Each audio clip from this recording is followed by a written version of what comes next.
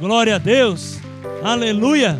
Nós somos filhos, nós somos livres em Jesus, nós somos filhos, glória a Deus, amém, amados. E eu estou feliz demais de estar aqui com vocês, irmãos. Vocês estão felizes? Glória a Deus. Vamos para a palavra, João capítulo 11. Senhor, nós te agradecemos e louvamos o teu nome, porque como é bom sermos teus filhos, Pai. Como é bom termos o poder de sermos chamados teus filhos. Espírito Santo, agora nós estamos num momento de grande valor para nós, que abrimos a tua palavra. Espírito Santo, vai dando a direção, a condução, falando a cada coração, segundo o teu propósito, em nome de Jesus. Abençoa esses que nos visitam essa noite, que seja uma noite poderosa e abençoada na vida de cada um, em nome de Jesus.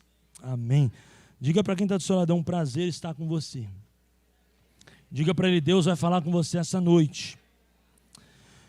João capítulo 11, você talvez já tenha lido inúmeras vezes essa história, mas eu gostaria de falar com você sobre a vida cristã e a crise. Como nós, como cristãos, enfrentarmos a crise. Estava então enfermo um certo Lázaro de Betânia, aldeia de Maria, de sua irmã Marta. E Maria era aquela que tinha ungido o Senhor com unguento e lhe tinha enxugado os pés com seus cabelos, cujo irmão Lázaro estava enfermo. E mandaram-lhe, pois, as suas irmãs dizer, Senhor, eis que está enfermo aquele que tu amas. Todos nós sabemos do relacionamento que Jesus tinha com essa família. E quantas vezes Jesus já tinha passado por Betânia, encontrado, visitado, tomado café, trazendo para os dias de hoje, gerado um relacionamento com a família de Lázaro, ao ponto que Jesus começou a amá-los e teve algo muito precioso sobre Lázaro. E Jesus, ouvindo isso, disse, esta enfermidade não é para a morte, mas para a glória de Deus, para que o Filho de Deus seja glorificado por ela. Aqui eu tenho um primeiro convite para você. Permita com que a palavra de Deus esteja acima da dificuldade que você está enfrentando. Você vai determinar o tamanho do valor da palavra de Deus na sua vida. Você vai determinar o tamanho que a ação da palavra de Deus vai produzir algo dentro de você. Se você der voz ao problema, o problema vai ter mais voz do que a palavra. Mas se você der voz à palavra, a palavra vai ter mais voz do que o problema. Eu sei que o problema, a crise, tem uma voz lascada, principalmente dentro de nós, com ansiedade, com medo, com as preocupações que a vida nos traz.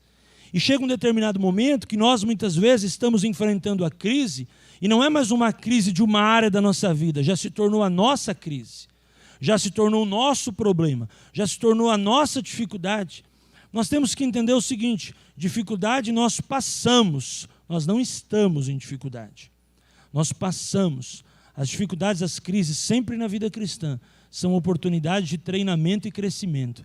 Deus nos faz passar por crise para nos aperfeiçoar, para nos treinar, para nos edificar e para fazer com que possamos expandir as nossas fronteiras espirituais. Se você for pegar toda vez que há uma conquista, Deus levanta um líder no meio do povo de Israel. Por que Deus levanta um líder? Para responder, solucionar uma crise. Pense nisso. Toda crise é o berço da oportunidade. Toda crise espiritual do povo de Israel é porque Deus estava trabalhando com alguém, levantando alguém para o próximo período. Entenda que se você estiver enfrentando um período de crise, você não pode mais estar envolvido na crise, mas entendendo os processos do Deus que te ajuda a vencer a crise, porque a crise vai te dar autoridade para o próximo período, e no próximo período você vai vencer com mais unção, com mais poder e mais graça de Deus. Você pensa sempre o seguinte, como as estações do ano nos preparam para as próximas. As estações do ano, elas falam sobre ela, mas elas precedem a próxima estação que vai vir. Eu vejo que as dificuldades que enfrentamos, irmãos, elas têm tudo a ver, não com a fase da dificuldade, mas com a próxima fase. Se você vencer a dificuldade, se você enfrentar melhor a dificuldade, com certeza, na próxima estação, na próxima fase ou no próximo ciclo, você vai ter mais autoridade e mais unção para enfrentar. Você percebe que toda dificuldade é uma escola. Pensa nisso. Toda dificuldade, ela tem um processo didático. Amém ou não amém? Toda dificuldade. Pode ser mínima, maior, ela tem um processo didático. E eu vejo que todas as vezes que enfrentamos uma dificuldade, temos algo a aprender. E aqui eu começo a aprender com o Senhor Jesus quando ouve falar de uma dificuldade. Ele ouve falar, mas ele não diz, essa dificuldade é minha. Porque é muito prático a gente ouvir a dificuldade de alguém e tomar para nós, principalmente se amamos a pessoa. Não é assim? Quando a gente ouve uma dificuldade de alguém distante, talvez a gente consiga pôr mais filtros, né, emocionais e espirituais. Mas quando a gente ouve uma dificuldade de quem a gente ama, sem perceber, nós já estamos envolvidos e daqui a pouco aquela dificuldade também é nossa. Sim ou não, gente? Mas olha o que Jesus fez. Jesus amava. Ele ouve sobre a dificuldade de alguém que ele ama, mas ele coloca uma palavra sobre a dificuldade. Essa é uma noite de você liberar uma palavra sobre o que você estiver enfrentando. Aqui eu aprendo que nós não temos que falar do problema, nós temos que falar ao problema. Aqui eu aprendo que nós não temos que falar da crise, nós temos que falar à crise. Eu não posso olhar para o problema e me colocar na condição de problemático. Eu tenho que entender, eu estou passando por uma crise, tem alguém que eu amo que passa por uma crise, é dificuldade emocional, espiritual, financeira, matrimonial, física, não sei, mas eu vou liberar uma palavra de Deus sobre essa situação. Eu vou liberar uma direção, eu vou dar uma instrução, eu vou entender que no mundo espiritual eu tenho autoridade em Jesus para vencer essa dificuldade. Então você essa noite precisa crer no seu coração nisso. Você está disposto a crer?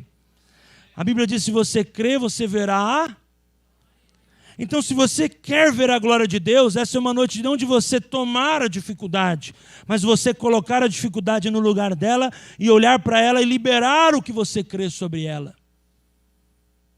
O problema, a enfermidade, o diagnóstico, o prognóstico, o que você possa estar enfrentando hoje à noite. Você pode declarar, Senhor, haja vida, eu declaro vida, eu declaro esperança, águas de Mara, vocês vão ficar água doce, eu profetizo vida, porque eu creio na vida que está em mim. O rio está em você, nós já falamos sobre isso hoje. Você precisa liberar esse rio, você precisa dar norte para a circunstância, você precisa dar vida, você precisa olhar para o problema, você precisa aumentar o teto, irmão. Teve uma época que eu era o crente cincão, só dava oferta de cincão, R$5. Acho que as igrejas já pegavam envelope e falavam, o Paulo veio no culto, cincão, é o crente cincão, só dá cincão. Chegou uma hora que eu falei, Senhor, eu quero subir de nível. O Senhor falou, começa a dar 10. Senhor, mas não tenho 10. Ele falou, mas você tem a minha palavra, vai na fé que eu te honro. Porque eu sou aquele que dá semente ao que semeia e pão para alimento, e eu aumentarei a sua sementeira, e vou multiplicar o fruto da sua justiça. Comecei a ser o crente 10. Crente 10. Aí teve um tempo que eu estava guardando as notas de plástico, lembra aquela 10 de plástico, bonitona? Deus falou, que hora que você vai tirar o escorpião do bolso? Você não é o crente 10? 10, começa a dar. Deus só vai liberar você para o próximo nível, quando você vencer o nível atual. Deus só vai te dar destinos proféticos quando você for generoso com as coisas de Deus. Aumenta o nível da tua oração, aumenta o nível da tua santificação, aumenta o nível da tua espiritualidade, aumenta o nível da tua generosidade, porque Deus vai aumentar o nível de maná sobre a tua vida. É sempre assim. Quanto mais você se entrega, mais Deus faz. Chega um tempo que eles entenderam que Jesus tinha muito mais do que o senhorio, mas tinha uma amizade com a família. Interessante que quando houve a enfermidade, talvez Jesus foi o primeiro a saber, né? Depois dos da casa. Talvez eles conversaram ali na mesa do café, Olha, ele está muito enfermo. Vamos contar para quem? Vamos contar para um amigo. Vamos contar para quem a gente mais ama. Trazendo para os dias de hoje, vamos chamar ele aqui para comer um bolo, tomar um café. Ele sempre passa aqui. Vamos mandar um WhatsApp para ele, falar para Jesus chegar aqui. E vamos ter um relacionamento com ele, vamos contar para ele. E quando contam para ele, ele toma uma atitude sobrenatural. Ele sente a dor, porque Jesus também era humano como nós. Mas ele não deixa com que a dor entre e tire fundamentos espirituais. Nós temos que deixar, irmão, as notícias chegarem, mas não deixar com que as notícias nos influenciem. Notícias ruins, elas vão chegar um dia. Bom se não chegasse, né? Por isso que a Bíblia diz, eu não temerei as más notícias. Mas quando as notícias chegam, o que eu faço com essa informação? Quando alguma coisa chega, toca o telefone, nos convidam, a gente já começa a imaginar. Tem uma frase que diz assim, aquilo que eu não sei, eu imagino. Sim ou não? Aquilo que você não sabe, você imagina. Aquilo que você não sabe, você começa a deduzir. Esse é o grande perigo da gente, o que imaginamos. A nossa mente, ela viaja. E muitas vezes ela começa a pegar como juros compostos do problema. Ela começa a aumentar o problema de uma forma, uma conta que não fecha. A gente começa a pegar o problema e pôr ao quadrado. Depois a gente põe ao quadrado de novo, a gente põe ao quadrado. A gente mais que multiplica, a gente vai aumentando o problema, porque aquilo que a gente não sabe, a gente imagina. Mas chega um determinado momento que nós vamos crescendo espiritualmente, e é isso que é fé. Que quando sabemos do problema, ouvimos do problema, a gente vai ter um discernimento espiritual. E nós vamos colocar uma pedra na nossa imaginação, dizer, não, eu não vou deixar Satanás fazer da minha mente um aeroporto para ele ficar pousando com as suas ideias. Eu vou repreender isso na minha mente. E olha o que Jesus fez, pega uma informação e já libera uma palavra. Amado, antes de tudo, pega essa mensagem no seu coração, libere uma palavra profética. Porque tem gente, irmãos, fica tranquilo que não é você, aqueles que não vieram, que eles fazem o seguinte, fazem tudo, se preocupam tudo, imaginam tudo, sofrem tudo, depois falam, agora eu preciso orar. A oração é o último. Sabe aquela história, você está com a dor de cabeça? Ah, vou tomar uma água. Ah, não, agora eu vou tomar um negocinho. Ah, não resolveu, eu vou tomar um negoção. Agora eu vou ter que tomar um negoção.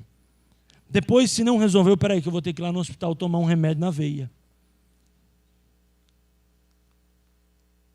Jesus não usou desse recurso. Jesus usou a palavra como primeiro. Se nós somos cristãos, irmãos, o evangelho tem que ser o primeiro. Ah, pastor, mas eu sou cristão, mas sou isso aqui. Não, mas você tem que ser primeiramente cristão. Ah, pastor, mas eu sou cristão e acredito naquilo. Não, primeiramente você é cristão. Se tudo que você for ser cristão, a partir de determinado momento, as coisas vão ser bênçãos na tua vida. Anos atrás, um homem de Deus foi ser julgado no Coliseu em Roma. E foram matar ele, ele morreu. Mas no último julgamento da vida dele, perguntaram para ele muitas coisas. E ele disse assim, perguntaram, qual é o seu nome? Ele, cristão. Da onde você veio? Ele, cristão. Quem é sua família? Cristão. Onde você mora? Cristão. Quais são os valores que você crê? Cristão. O que você imagina? Cristão. O que você pensa do futuro? Cristão.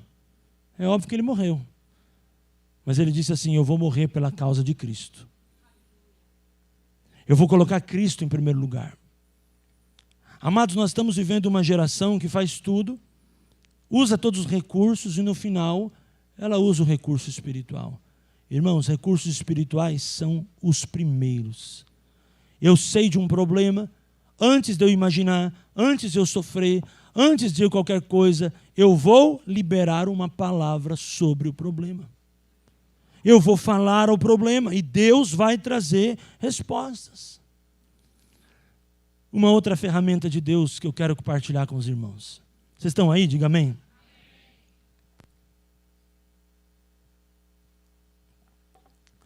A Bíblia fala que aquele que fala em línguas edifica. Quem crê nisso? Então, ao invés de você falar do problema, se muitas vezes você não consegue não falar do problema ou não sentir o problema, comece a falar em línguas. O diabo não conhece a linguagem dos céus. Então, quando você recebe uma notícia, como Jesus, olha, teu amigo que você ama está enfermo, começa a oreanda labaxere e canta labassuri andalas. Oreanda labassuri canta labaxere balabassur. Ele canta labassuri andalabaxê. E cataraba labassuri andalabacanta labaxê. E andalabaxê. O que você começa a fazer? Você começa a se encher do Espírito. E você começa a se esvaziar da notícia. Porque a notícia te dominou. Mas o Espírito começa a te encher.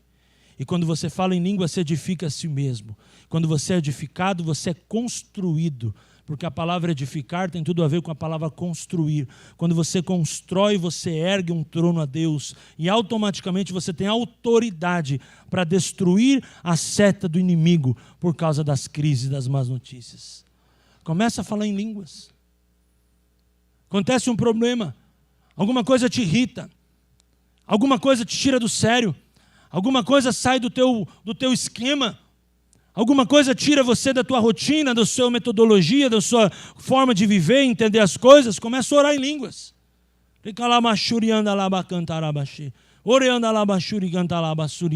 Vai tomar banho e começa a orar em línguas. Começa a crer no poder das línguas, irmãos.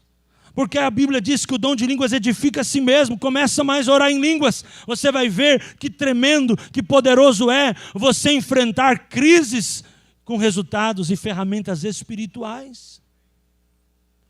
Isso é poderoso. Você fala em mistério. Você começa a se encher. Você começa a adorar. Você começa a entrar num nível de intimidade.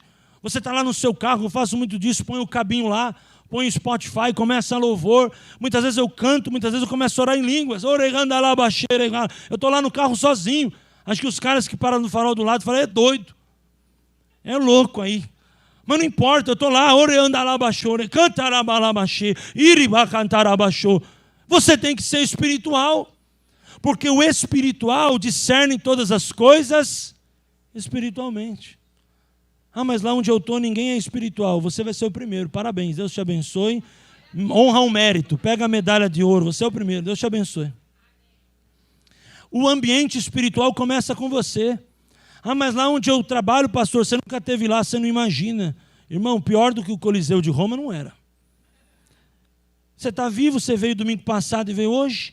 O povo do Coliseu de Roma ia só uma vez para o altar de Deus. Na semana eles eram fuzilados, morriam. Então, se você está firme ali naquele trabalho, naquela família, naqueles amigos, diante de notícias terríveis, creia que Deus tem um propósito na sua vida.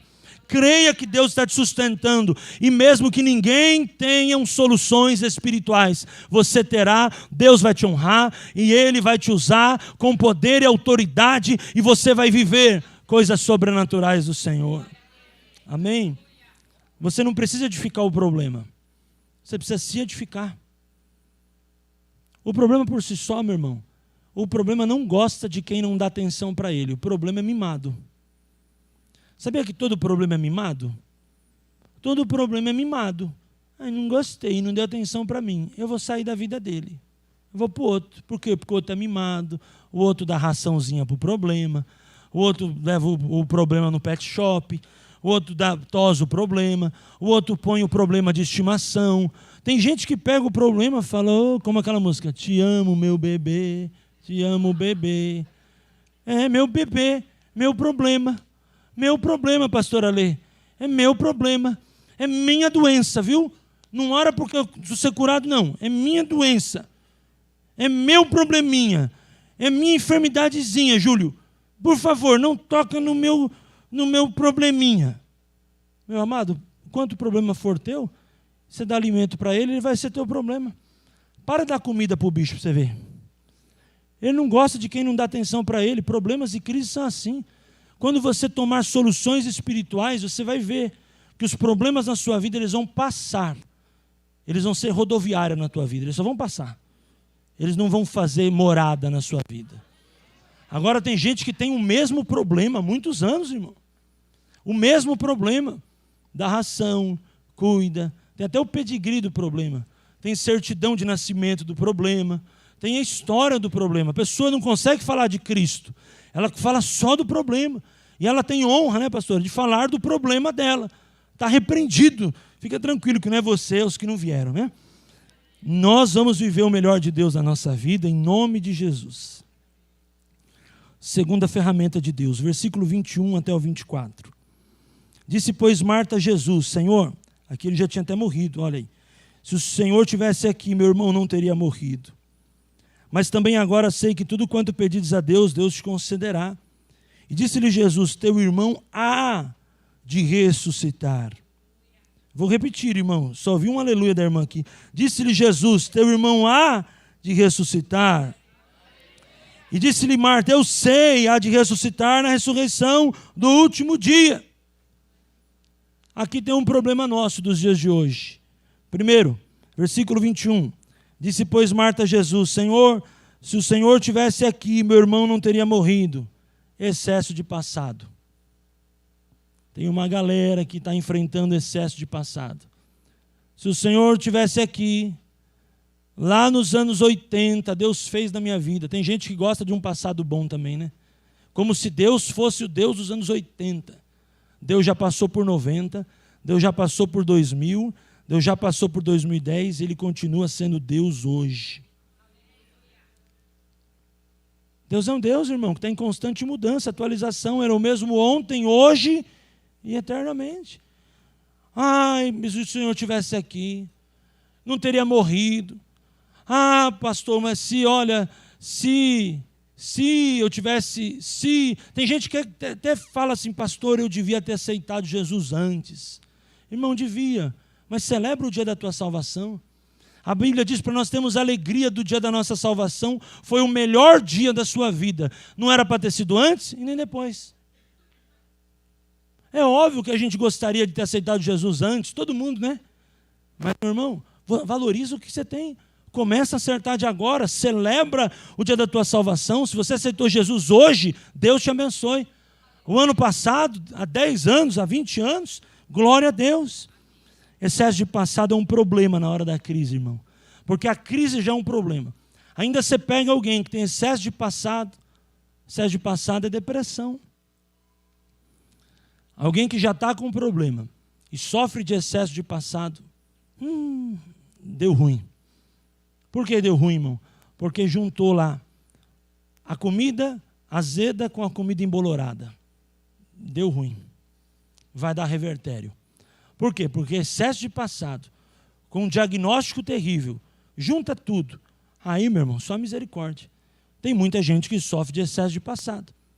Mas olha o versículo seguinte, olha o 22. Mas também agora sei que tudo quanto pedides ao Senhor, Deus te concederá. E Jesus disse, teu irmão há de ressuscitar. Aqui, mas a 24 tem outro problema.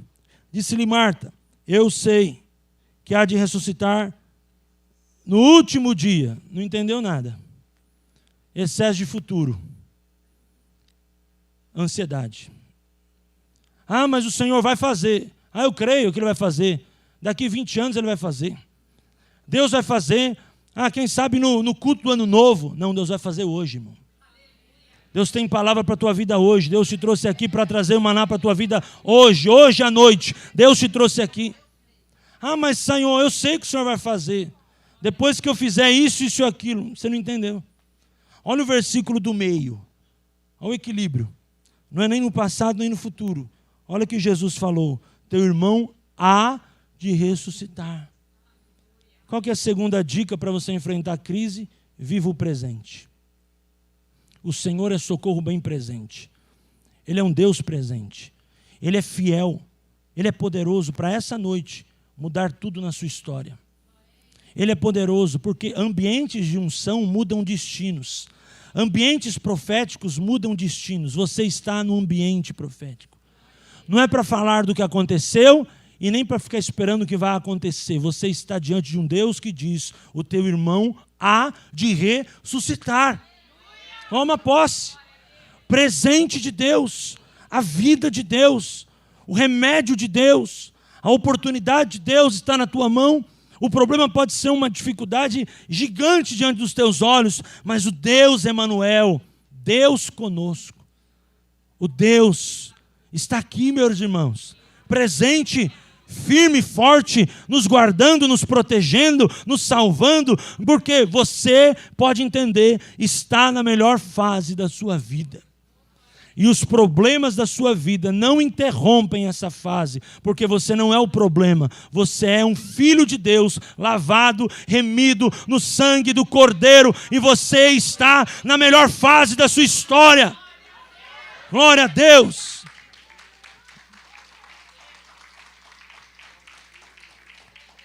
Você pode estar vivendo, irmãos, esse próximo período, a partir dessa noite, os melhores dias da sua vida. Porque o mundo, irmão, o mundo está perdido. Preciso falar sobre isso? Não, né? O mundo está arrumado, a coisa está feia.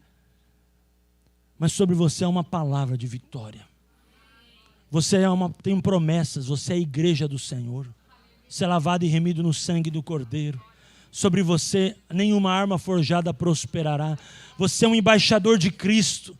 Você não depende de coisas naturais, você depende de influências espirituais. Pega essa. Você está debaixo de um maná profético. Você está debaixo de uma unção poderosa. Porque naquele momento todo mundo estava entendendo fisicamente quando Jesus falou com Pedro. Mas quando Pedro fala para ele ali, tu és o Cristo, filho do Deus vivo, qual foi a resposta de Jesus para ele? Pedro, não foi carne e sangue que te revelou, mas foi meu Pai que está no céu. Irmãos, nós não podemos mais andar debaixo de ótica de carne e sangue. A nossa luta não é contra carne e sangue, mas nós temos que entender que é espiritual, a batalha é espiritual, a guerra é espiritual, e pelo nome de Jesus nós somos mais que vencedores.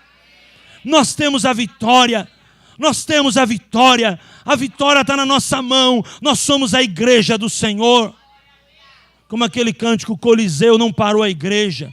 Os leões não pararam a igreja avança, a igreja conquista, a igreja somos nós, vivendo o presente, o Deus presente aqui, aleluia, glória a Deus, que tremendo, sabe por quê? Porque Jesus é o presente, Jesus é eu sou. Quando Moisés perguntou, Senhor, mas como vai ser? Ele fala que o eu sou te enviou. Sabe, meu amado, não é o eu sou do meu eu, mas é quem Ele é. Um dos nomes de Deus é eu sou. Quando você vai para um lugar e entende que você está debaixo de uma unção apostólica, a palavra apostólica quer dizer enviado. Se você está debaixo de uma unção apostólica e profética, você é um enviado. Então o eu sou te envia. Quando você entra em qualquer ambiente, você move aquele ambiente, não por você, mas por causa do eu sou que está em você. Porque a palavra de Deus diz que Moisés foi visto como um Deus diante de Faraó. E quando a Bíblia usa essa expressão, é a única vez que a Bíblia usa a expressão para uma pessoa como Deus com letra maiúscula. Todas as vezes que a Bíblia recorre a Deus é letra maiúscula, mas a deuses ou pessoas em forma de Deus é letra minúscula. Mas quando a Bíblia recorre a Moisés, dizendo que Moisés foi visto diante de Faraó como um Deus, ele mostra que ali esse Deus é letra maiúscula. Dá uma olhada no texto depois. Isso é louco. Isso é, como diz os jovens, isso é doideira. Por que o negócio é doido, irmãos? Porque quando você entende quem te enviou te garante. Quando você entende em nome de quem você vai, quem te enviou te protege. Quando você entende o que é ser um embaixador, a embaixada te sustenta. Sim ou não, irmão? Lembra da história da embaixada que a gente conta na aula de finanças? A embaixada dos Estados Unidos no Brasil? Quem sustenta é a embaixada americana. É em território brasileiro, mas quem sustenta é a embaixada americana. O embaixador americano mora em São Paulo, mas ele recebe salário em dólar. O plano de saúde dele é em dólar. Tudo que ele recebe, o vale gasolina, o vale alimentação é em dólar. Ah, pastor, mas ele está em São Paulo, mas ele é um embaixador americano. Quem sustenta ele é a embaixada. Vamos fazer uma analogia agora para o espiritual? 2 Coríntios 5:20, a Bíblia diz que nós somos embaixadores de Cristo. Quem te sustenta, irmão? Quem te provê? Quem te alimenta? Quem te nutre? Quem te levanta? Quem te chamou? Foi homem que te chamou? Então o seu chamado vai durar mais 3 meses. Foi Deus que te chamou? Foi Deus que te sustenta? É Deus que te alimenta? É Deus que te levantou? Fica firme, irmão, que pode haver a crise que for. Você está debaixo de uma unção, de uma embaixada. Deus enviará o sustento e a provisão para todas as áreas da sua vida. E eu digo para você, da sua família. Ah, mas a minha família, pastor, nem todos são crentes, mas é. Porque Deus honrou Noé. Deus honrou Noé com a família. Deus vai abençoar a tua família por teu intermédio. Pode ter certeza dessa verdade, em nome de Jesus. Até aquele cabra safado que não merece vai ser abençoado. Você está aqui, irmão? Diga amém. Estou terminando já. Versículo 43, para a gente terminar. A terceira ferramenta de Deus para nós hoje à noite. Que é tão lindo esse texto, você já deve ter ouvido falar muitas vezes, né? E tendo dito isto, clamou com grande voz: Lázaro, vem para fora. Amado, você está enfrentando uma crise? Chama ela pelo nome e determina o fim dela. Chama ela pelo nome e determina o fim dela. Porque quando você oferta, você não dá nome à tua semente? Então dá nome agora a tudo que você quer que saia da sua vida no nome de Jesus. Você tem que crer que Deus é um Deus que honra pessoas inteligentes. Você chega na igreja e pensa, peraí, eu vou trazer uma oferta de gratidão, porque você é inteligente. Você para, não, isso aqui eu recebi, eu vou devolver meu dízimo, porque você é inteligente. Você quando pega a história de Gênesis capítulo 26, Isaac com os poços, ele nomeou os poços. Inteligência. Crente, irmão, foi por muito tempo taxado como os doidos, os bobos, não sabe nada. Hoje nós cristãos somos inteligentes. Hoje os juízes, muitos deles são cristãos, os delegados de polícia, advogado, muita gente inteligente está ocupando os melhores lugares. Por quê? Pessoas inteligentes pensam. E teve um tempo que o cristianismo era aquele negócio, que esses crentes não pensam nada. Alguém fala, eles fazem. São tudo massa de manobra. Se dizia isso da gente. Hoje não, a gente pensa, a gente discute. Hoje a gente pode sentar ao lado, mesmo discordando. Porque discordar não é rebelião, como dizia antigamente. Discordar é ponto de vista, é inteligência. Eu posso discordar e andar junto. Eu sou inteligente, eu não sou mais manipulado, que eu não posso ter vontade, que eu não posso mais gostar de camisa amarela. Eu estou usando a camisa amarela porque falaram que é bom. Eu posso não gostar de amarelo. Hoje nós evangélicos, os cristãos, ocupamos os melhores lugares. Deus tem nos dado graça. Antigamente nós falávamos, nós furmo, nós vortemos, nós não conseguia fazer nada, nós não conseguia arrumar emprego. Antigamente os crentes na empresa eram uma pedra de tropeço, era uma desgraça contratar crente. Hoje não, hoje nós somos os melhores lugares. Hoje os maiores cargos estão na mão da galera evangélica. Hoje a maior bancada que cresceu nessas eleições foi a bancada evangélica. Amado, nós não somos mais agora qualquer coisa. Hoje nós somos uma força espiritual. Hoje Deus colocou empreendimentos na mão dos cristãos. Hoje você pega o dono da Wizard, o dono do Orlando City, é um cristão. Hoje você pega grandes empresas, grandes negócios, estão na mão de CEOs que são cristãos, de irmãs nossas que são evangélicas, CEOs de grandes multinacionais. Nós somos o povo da inteligência. As inteligências de Israel não é só manipulada pelos judeus, tem muitos judeus cristãos dentro das inteligências de Israel, dentro dos grandes prognósticos médicos e cientistas para o futuro. O Waze que você usa foi uma tecnologia israelense que chegou ao nosso país. O Waze não é daqui, o Waze é tecnologia israelense. E pasmem, foi um cristão que planejou o desenho do Waze. Harvard, já falei isso aqui no culto dos jovens, Harvard era o pastor Harvard, de uma igreja que cresce pela inteligência do cara, e o cara começa um curso de teologia na igreja, e o negócio estoura. E aquele negócio vira uma universidade Harvard, que é uma das maiores universidades do mundo. O que ela era? Uma universidade, Júlio, que dava curso de teologia. Hoje é a universidade onde todo mundo quer acessar a Universidade de Harvard. que eu entendo agora, irmãos? Que assim como nós crescemos na inteligência, nós agora somos pontuais e somos proféticos. Quando o Senhor chega naquele lugar que era um cemitério, o cara estava enterrado há 4 dias. O que ele ia fazer ali, gente?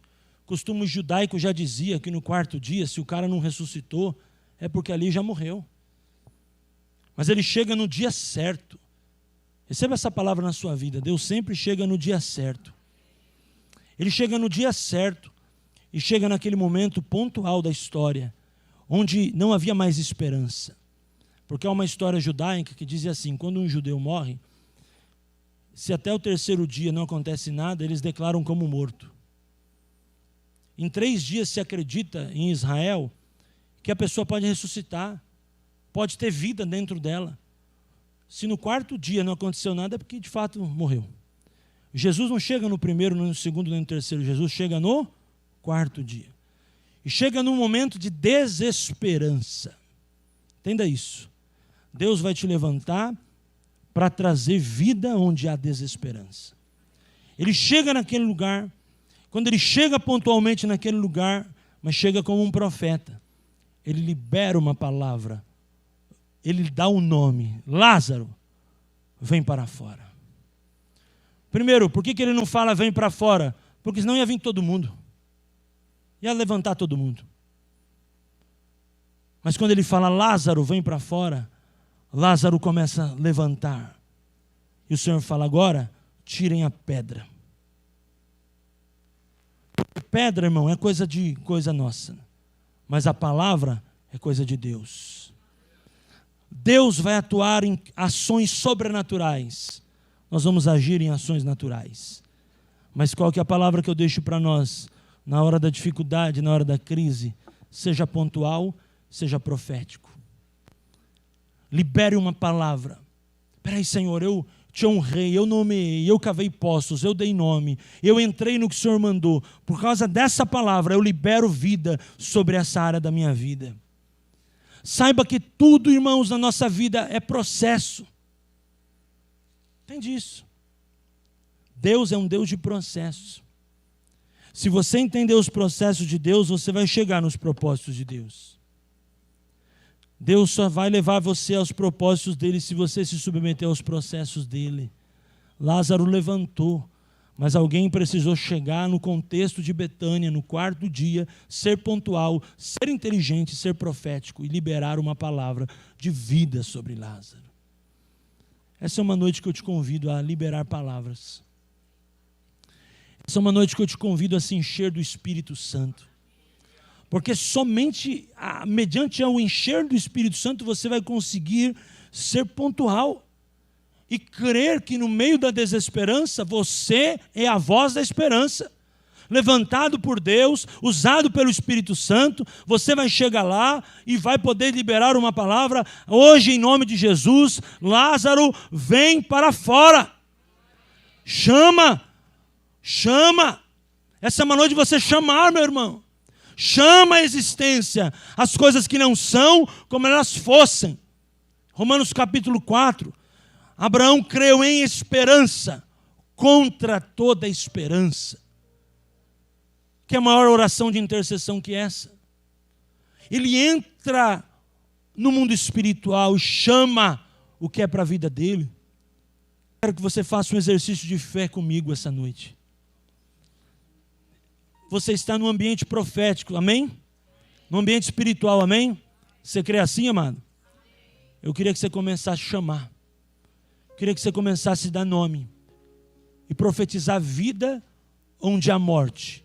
Começar a declarar vida onde há desesperança. Gostaria que você pudesse chamar agora o espírito de vida a entrar agora em áreas da tua vida que pode estar morta. Chamamos a vida.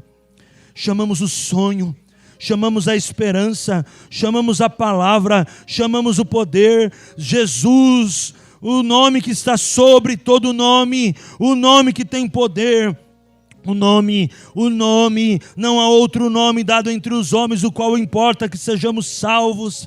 Meu Deus, nós essa noite nos rendemos a Ti, porque sabemos que o Senhor não está nos preparando para a terra somente, mas sobretudo nos preparando para o céu, nos chamando à eternidade. Por isso agora nós chamamos os Lázaros da nossa história, os Lázaros da nossa vida, coisas que morreram ou que deixamos morrer, e sonhos que enterramos, projetos que paramos, ânimo que se perdeu. Volte em nome de Jesus. Se você anda desanimado, irmão, chama o ânimo.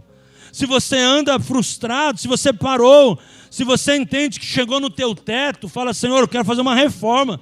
Eu quero aumentar meu pé direito, eu quero te buscar mais, eu quero te sentir mais, eu quero ler mais a tua palavra, eu quero orar mais. Entenda isso, amado. Há um nível de unção aqui, há um nível de glória, de manifestação e poder. Clama ao Senhor, chama ao Senhor na sua vida, profetiza sobre a tua família, profetiza na sua casa, profetiza sobre os teus filhos. Oh, meu amado, Deus honra a palavra profética de Ana no altar. Deus honrou, Deus pode estar honrando hoje na sua vida aquilo que está parado.